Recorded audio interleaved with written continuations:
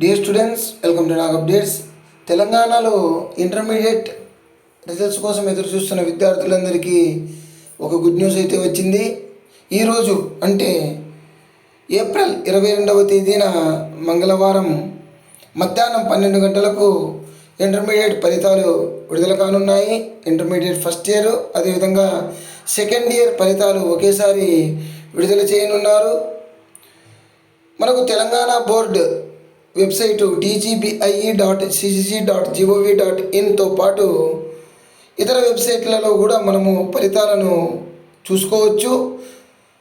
ఆ వెబ్సైట్కి సంబంధించిన లింకులు డిస్క్రిప్షన్లో ఇస్తాను. ఆ లింక్ ద్వారా వెళ్ళి మీ హాల్ టికెట్ నెంబర్ ఎంటర్ చేసి మీ రిజల్ట్స్ చూసుకోండి. All the best you.